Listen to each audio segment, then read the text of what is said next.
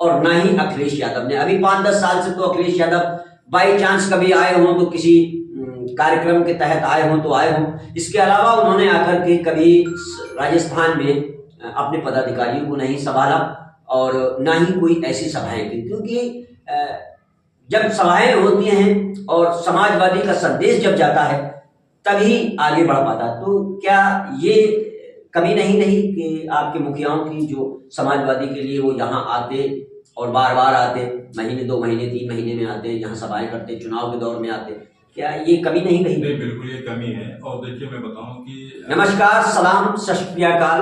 मैं Arshad Warsi QP news में आप सभी दर्शकों का स्वागत करता हूं। हमारे क्यूपी न्यूज चैनल के द्वारा शख्सियत कार्यक्रम का जो आगाज किया गया है, आज उसमें जो शख्सियत यहाँ तशरीफ फरमा है वो किसी परिचय की मोहताज नहीं है। नाम है आरिफ हाशमी। ये एक समाज सेवी हैं और मानवाधिकार आयोग जो है उससे भी ताल्लुक रखते हैं। इसके अलावा आप समाजवादी पार्टी में भी एक नेता के रूप में, पदाधिकारी के रूप में कार्य कर रहे हैं। आज हमारे स्टूडियो में तशरीफ लेकर आए हैं। हम शख्सियत कार्यक्रम के तहत आपको इनसे रूबरू कराते हैं और इनसे बातचीत करते हैं आज के दौर के बारे में, आज के माहौल के बारे में, और सबसे अहम बात, समाजवादी पार्टी का राजस्थान में वर्चस्व क्यों नहीं है, इस सिलसिले में भी हम बात करते हैं। सबसे पहले मैं हाशमी साहब आपका बहुत बहुत क्यूपी न्यूज चैनल में स्वागत करता हूं। शुक्रिया आपका। और मैं दर्शकों को आपके ही मुंह से आपका तारुफ कराना चाहता हूं। आप हमारे दर्शकों को बताएं कि आप एक समाज सेवी के अलावा क्या क्या आपके पास में पद हैं और आप कौन सी संस्था से जुड़े हुए हैं और काम करते हैं।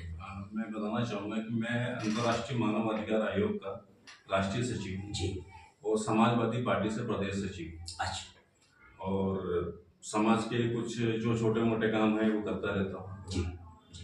तो मानवाधिकार में आप कैसे शामिल हुए हैं और क्या उसकी थ्योरी है? मानवाधिकार में क्या क्या काम आपके तहत में आते हैं वो हमारे दर्शकों को बताएं। मानवाधिकार एक ऐसी संस्था है, ऐसी संगठन है जी कि जन्म से लेकर मृत्यु तक के जो अधिकार मानव जाति के होते हैं जी, वो सारे अधिकार उसके अंदर आते हैं। अच्छा। आपको फ्रीडम देता है, आजादी का है, चाहे वो जाति धर्म का है, वो सारा चीज जो है मानवाधिकार के तहत में आता है। अच्छा जी।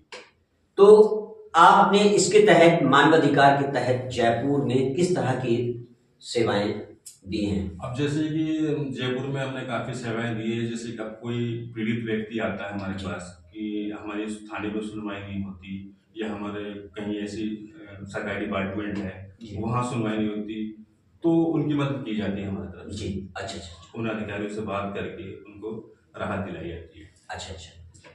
मानव अधिकार यानी कि मानव का क्या अधिकार है वो आप उस संस्था से जुड़े हैं जो मानव को अधिकार दिलाती है। अगर कहीं पे कोई प्रताड़ित हो रहा है या सताया जा रहा है तो आपकी संस्था उसकी जो है कार्रवाई करती है अपनी तरफ से। जी बिल्कुल। अच्छा, इसके अलावा आप क्या काम करते हैं? क्या समाज सेवा के तहत आप काम करते हैं? समाज सेवा जैसे कि मान लो हम कोई प्रोग्राम वगैरह भी कराते रहते हैं। अच्छा। और जो सोसाइटी में कुछ ऐसी बात होती है उसके लिए भी हम लोग प्रशासन से भी बातचीत करते रहते हैं। और जिस तरीके से आज माहौल प्रोपेगेंडा रखा जा रहा है समाज में, जो एक आप मुहिम देख रहे हैं हिंदू मुसलमान जी, उस पर भी हम लोग काम करते रहते हैं कि भाई शांति का माहौल बना रहे, भाईचारा बना रहे देश के अंदर। अच्छा, हमारे दर्शकों को आप ये बताएंगे, जैसे बहुत से लोग खास तौर से मुस्लिम समाज में अनपढ़ हैं और अनभिज्ञ हैं उन नियमों से जो मानवाधिकार के तहत आते हैं, तो क्या कुछ हमारे दर्शकों को आप बताएंगे कि मानव अधिकार के तहत जो आपकी संस्था काम करती है उसमें किन किन मानव अधिकारों का आदमी को ख्याल रखना चाहिए और किस बात की जानकारी होनी चाहिए? हाँ देखो, सबसे बड़ी चीज आपने बहुत अच्छा सवाल पूछा कि मतलब कि आदमी को मानव अधिकार के बारे में पता ही नहीं है जी। मानव अधिकार एक ऐसी संस्था है, अब लोग क्या सोचते हैं कि मैं थाने पे जाकर रिपोर्ट कराऊं या किसी नेता के पास जाऊं जी तो हमारा काम हो जाएगा जी, जो कि मानव अधिकार एक ऐसी संस्था है, ये मानव जाति के लिए ही बनी है। बिल्कुल। जहां से किसी को न्याय नहीं मिलता वो एंड में जाके मानव अधिकार के अंदर अपना दरख्वास्त कराता है। जैसे हमारे साथ इसी है, और कहीं जब सुनवाई नहीं होती तो मानव अधिकार में अर्जी लगाता है जी। तो आम जनता को पता नहीं कि मानव अधिकार है क्या जी। और ना तो आम जनता जानना चाहती है इसको जी। और हम उसी मुद्दे पे हैं कि लोगों को जागरूक कराते हैं कि जी। भाई मानव अधिकार से आप टच में रहो, मानव अधिकार के बारे में समझो, जानो कि आपके राइट्स क्या है। जी जी। जब इंसान को अपने राइट्स के बारे में पता चल जाएगा तो कहीं जाने की जरूरत नहीं पड़ती उसको। जी जी जी। वो खुद सक्षम हो जाता है किसी कार्य को करने के लिए। जी जी जी। जैसे कानून के बारे में लोगों को धाराओं के बारे में इतनी मालूमात नहीं होती है, कोई भी पुलिसकर्मी या थाना जो है उसको किसी धाराओं में बंद कर देता है, लेकिन उसको उन धाराओं के बारे में मालूमात ही नहीं होती है और वो परेशान होता फिरता रहता है। तो उसके लिए आपकी संस्था क्या करती है? उसके लिए जैसे आप मान लीजिए किसी को बेगुनाह फंसा दिया जी, थाने में बंद कर दिया, अब वो उसके परिजन या वो व्यक्ति खुद स्वयं आता है हमारे पास और हमसे बोलता है कि साहब हमें ये बेगुनाह फंसाया जा रहा है, तो हम उसकी फुल मदद करते हैं। अच्छा अच्छा। अपने तरह से पूरी ताकत लगा देते हैं कि उसको अच्छा निकाला जाए। तो कोई ऐसा कार्य आपको जो याद हो जिस आपने मानवाधिकार के तहत उसका कार्य पूरा किया हो, हमारे दर्शकों को शेयर करें कि कोई ऐसा कार्य मानवाधिकार का है आपकी जिंदगी में जिसमें आपको तकलीफ ना हुई हो और आसानी से वो काम आपका हो गया हो? जी, मैंने ऐसे आपकी दुआ से काफ़ी ऊपर वाले कर्म से काफ़ी काम किए हैं, जयपुर शहर के अंदर भी और इससे बाहर भी। तो अभी एक मैंने जिक्र भी किया था, तो एक बच्चे का मैटर था जो चोरी के इल्जाम में पकड़ा गया था जी, और 4.5 लाख की चोरी के इल्जाम में उसको फंसा दिया गया। अच्छा। अपने जयपुर के थाने पे। जी। तो अब उसको 4 दिन से पुलिस कस्टडी में था। अच्छा। ना तो उसको पेश कर रहे थे, ना ही उसको छोड़ रहे थे। जी। तो उन्होंने जब हमें उनके परिजन हमसे हमारे पास आए, हमें सूचना दी कि हमारे बच्चे थाने में हैं, साहब हमें तो डरा रहे, धमका रहे थाने वाले और गाली देके भगा देते, मिलने भी नहीं देते उनको। अच्छा। और 4.5 लाख की चोरी के इल्जाम में फंसा दिया है। जी। बच्चा कहीं काम कर रहा था किसी परचूनी वगैरह दुकान पे। तो जब हमें पता चला तो हम अपनी टीम लेके वहाँ पहुँचे, तो बच्चे को हमने वहाँ से जी छुड़ाया वहाँ से जाके, और बच्चा बेगुनाह नहीं था। अच्छा। उस पर सिर्फ इल्जाम लगा कर फंसाया गया था। अच्छा। तो बाइज्जत उसको बरी करा दिया वहाँ से। अच्छा, इस तरह से उसको आपने न्याय दिलाया। जी। तो आपकी यहाँ संस्था राजस्थान लेवल की है, इंडिया लेवल की है या खाली जयपुर वासियों के लिए है? ये एक्चुअली क्या है, नेशनल लेवल की। अच्छा अच्छा।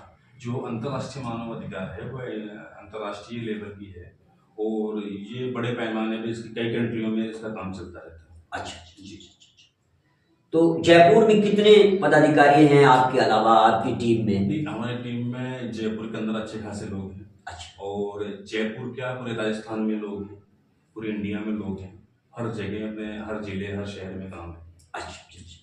अच्छा, इसके अलावा ये तो आपकी समाज सेवा रही कि आप मानवाधिकार आयोग के तहत जो है लोगों की सेवाएं कर रहे हैं। जो लोग जागरूक नहीं हैं नियमों के, कानूनों के लिए, उनको आप जागरूक करते हैं और उनकी हेल्प भी करते हैं। अगर वो आपके पास में आते हैं, प्रताड़ित होते हैं पुलिस द्वारा या अन्य समाज द्वारा या किसी भी तरीके से प्रताड़ित किए जाते हैं, तो वो लोग आपके पास में आते हैं, आप उनकी हेल्प करते हैं। इसके अलावा आरिफ हाशमी साहब आप समाजवादी पार्टी में हैं जी। और एक अब यूँ कहें कि आप एक नेता भी हैं जी। तो समाजवादी पार्टी ही आपने क्यों अपनाई? इसके अलावा जो हालांकि समाजवादी पार्टी का राजस्थान में कोई वर्चस्व नहीं है, कोई जानता भी नहीं है, बहुत बहुत कम लोग ऐसे हैं, हालांकि बहुत पुरानी पार्टी है। मेरे ख्याल से 81 में यहाँ मुलायम सिंह जी 82 में आए थे, तब से यहाँ जो है राजस्थान में समाजवादी पार्टी का वर्चस्व है। लेकिन आपने यही क्यों चुनी? इसके अलावा भी तो भारतीय जनता पार्टी है, कांग्रेस है, जो दिग्गज पार्टियां हैं यहाँ, जिनकी यहाँ आए हर 5 साल में सरकारें बदलती रहती हैं, कभी भाजपा की बनती है तो कभी कांग्रेस की बनती है। ऐसा क्यों आपने चुना कि आपने समाजवादी पार्टी को ही चुना? समाजवादी चुनने का मेरे कारण है जी, वो एक तो सबसे पहली चीज कि ये समाजवाद को लेके चलता है जी। समाजवादी का नाम ही है कि समाजवाद है जी। और तमाम समाज को एक साथ लेके चलने वाली पार्टी है समाजवादी जी। और आपने देखा होगा कि अभी आप जैसे बीजेपी का नाम ले रहे हैं, भाजपा का नाम ले रहे हैं, तो भाजपा के अंदर ये है कि एक तरफा मामला चल रहा है, वो सिर्फ हिंदू हिंदू हिंदू हिंदू बातें हो रही है जी। तो समाजवादी के अंदर ये चीजें नहीं है जी, कट्टरवाद नहीं है जी। समाजवादी हर तबके के, हर प्रकार के लोगों को अपने साथ लेके चलने वाली है और उसने करके दिखाया भी है जी। आज देख लीजिए कि यूपी के अंदर मोदी योगी सरकार है, आज क्या हालात हो रहे हैं वहां पे जी। जब तक मुलायम सिंह थे, अखिलेश यादव की सरकार थी और काफी अच्छा माहौल रहा।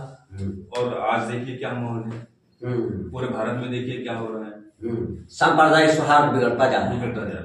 ये यानी कि आप समाजवादी पार्टी की ओर से कह रहे हैं कि बीजेपी के वजह से सांप्रदायिक सौहार्द बिगड़ रहा है। सर ये मैं नहीं कह रहा हूँ, आप देखिए ना इसको, आप जो दुनिया को आप देखिए, आप जैसे हिंदुस्तान के अंदर आप जो माहौल चल रहा है, पहले 2014 से पहले ये चीजें थी। हम लोग स्कूल में पढ़ते थे, भाईचारा था, एक ही थाली में बैठ के खाने वाले थे सब।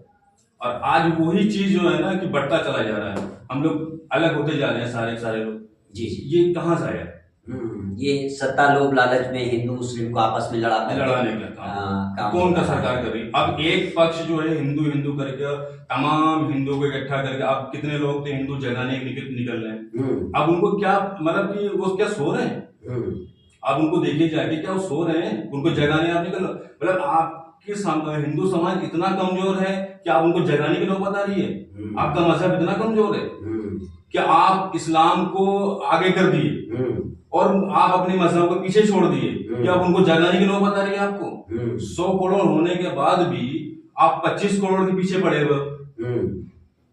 तो आपका मजहब इतना कमजोर है कि इस्लाम मजहब के पीछे पड़े हुए।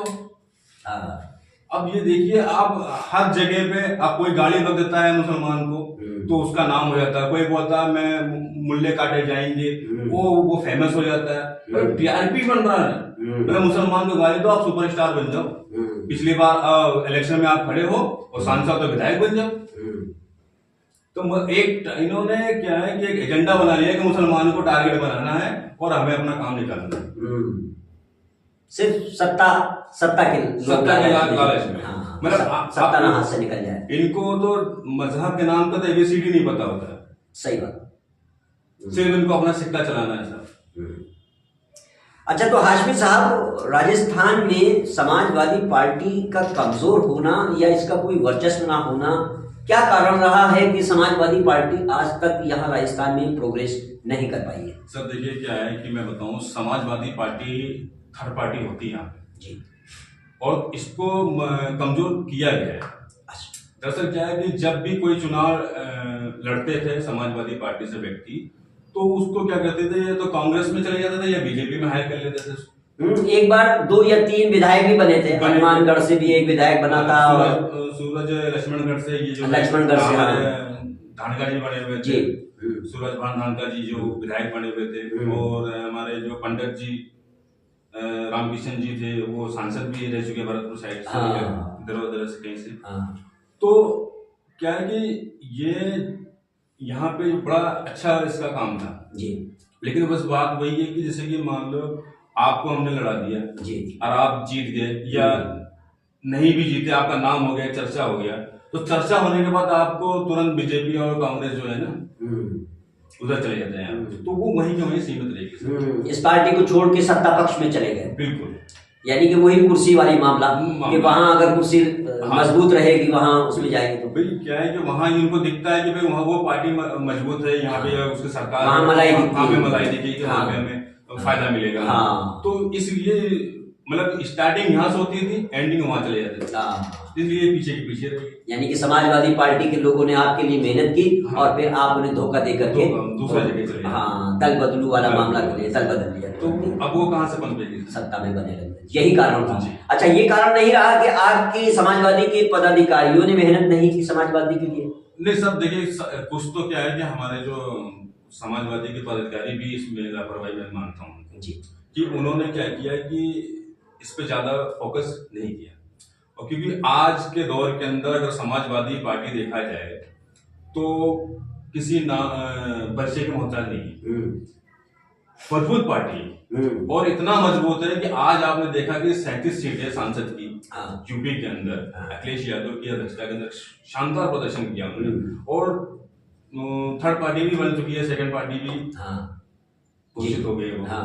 तो आप ये देखिए कि कैसे हुआ, जब आदमी अगर काम नहीं करता। आज अखिलेश जी ने कितना काम किया यूपी के अंदर, आज उनका आप हाईवे देख लो, जो उन्होंने हाईवे बनाया है शानदार है, तो वही काम यहाँ पे भी होता है, ऐसा हाईवे की जिसपे जेट विमान भी उतर सकता है, ऐसा है। तो अभी इनको बनाने में वक्त लगेगा सर, जो ये वहाँ पे 5 साल 10 साल बात कर रहे हैं जी, अभी ये सपना देखे बनाने के लिए। अच्छा, ऐसा नहीं कि आपके समाजवादी पार्टी के मुखियाओं ने भी ध्यान नहीं दिया। एक दो सभाएं छोड़ करके मुझे 25 साल हो गए पत्रकारिता करते हुए, और मैंने कोई ऐसी विशाल सभा नहीं देखी। एक दो सभाओं को छोड़ करके जिसमें मुलायम सिंह ने आके राजस्थान में तकरीर की हो, सभाएं की हो, लोगों को जागरूक किया हो समाजवादी पार्टी के लिए, और ना ही अखिलेश यादव ने। अभी 5-10 साल से तो अखिलेश यादव बाई चांस कभी आए हों तो किसी कार्यक्रम के तहत आए हों तो आए हों, इसके अलावा उन्होंने आकर के कभी राजस्थान में अपने पदाधिकारियों को नहीं संभाला और ना ही कोई ऐसी सभाएं की। क्योंकि जब सभाएं होती हैं और समाजवादी का संदेश जब जाता है तभी आगे बढ़ पाता। तो क्या ये कभी नहीं कि आपके मुखियाओं की जो समाजवादी के लिए वो यहाँ आते और बार बार आते, महीने 2 महीने 3 महीने में आते, यहाँ सभाएं करते, चुनाव के दौर में आते, क्या ये कमी नहीं रही? नहीं, बिल्कुल ये कमी है। और देखिए मैं बताऊं कि अखिलेश जी यहाँ पे 1-2 सभाएं करे, जब चुनाव लड़ा गया था विधानसभा का तो 2-3 सभाएं उन्होंने किया भी था आपके अलवर भरतपुर साइड के अंदर। अच्छा, लेकिन ये क्या है कि हमारा माइनस पॉइंट ये है कि जयपुर शहर के अंदर अभी उन्होंने कदम नहीं रखे। और इनको देखो, पार्टी को उठाने के लिए तो आना पड़ेगा जी। पार्टी जब भी उठेगी जब बड़े चेहरे यहाँ पे आएंगे, बड़े चेहरे यहाँ पे प्रचार करेंगे, बड़े चेहरों का बोलबाला होता है तो उनकी भीड़ तंत्र जुड़ती है। तो जब आप यहाँ पे आएंगे नहीं और लोगों से रूबरू नहीं होंगे तो लोग तो कैसे भूल जाएंगे? बिल्कुल, तो उनको आना तो पड़ेगा। हाँ जी, बिल्कुल।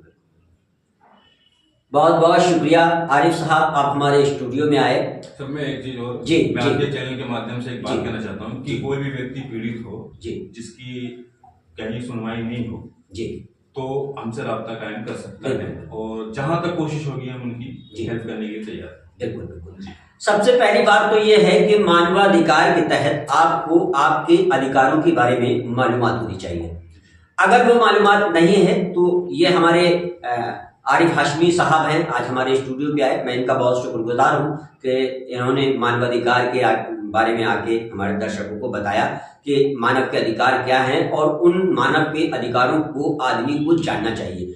मानव के अधिकार सामान्य हैं और सबके लिए हैं, हर समाज के लिए हैं। वो प्रताड़ित अगर किसी वजह से किसी से होता है तो उसको अपने मानवाधिकार जानने का हक है और वो जान सकता है। आप मानवाधिकार आयोग, आप हाशमी साहब हैं, ये यहाँ मानवाधिकार आयोग चला रहे हैं।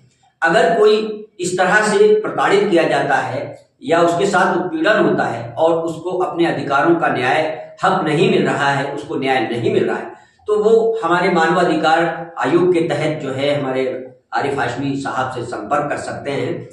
मैं आरिफ हाशमी साहब आपसे दरख्वास्त करूंगा कि मानवाधिकार आयोग में आप हैं और आप उसके यहाँ जयपुर में सर्वे सर्वा हैं, आपके पास में समाजवादी पार्टी का प्रदेश सचिव भी हैं का पद है, तो आप अपने नंबर एक बार हमारे दर्शकों को बता दें ताकि अगर वो दर्शक जो प्रताड़ित हो या किसी के साथ उत्पीड़न हो रहा हो तो वो आपके नंबर जो है अपने फोन में लिख ले और आपसे कांटेक्ट करें। मेरा नंबर है 8079025198।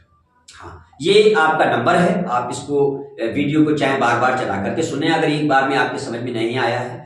और मानवाधिकार एक मैं सभी समाजों से ये क्यूपी न्यूज की ओर से रिक्वेस्ट करूंगा, प्रार्थना करूंगा कि मानव के अधिकार क्या है उसको जानने की पूरी कोशिश करें। अगर आपको कानून के बारे में, अपने अधिकारों के बारे में मालूमात होगी तो आपको कोई प्रताड़ित नहीं कर सकता, कोई आपका हक नहीं छीन सकता।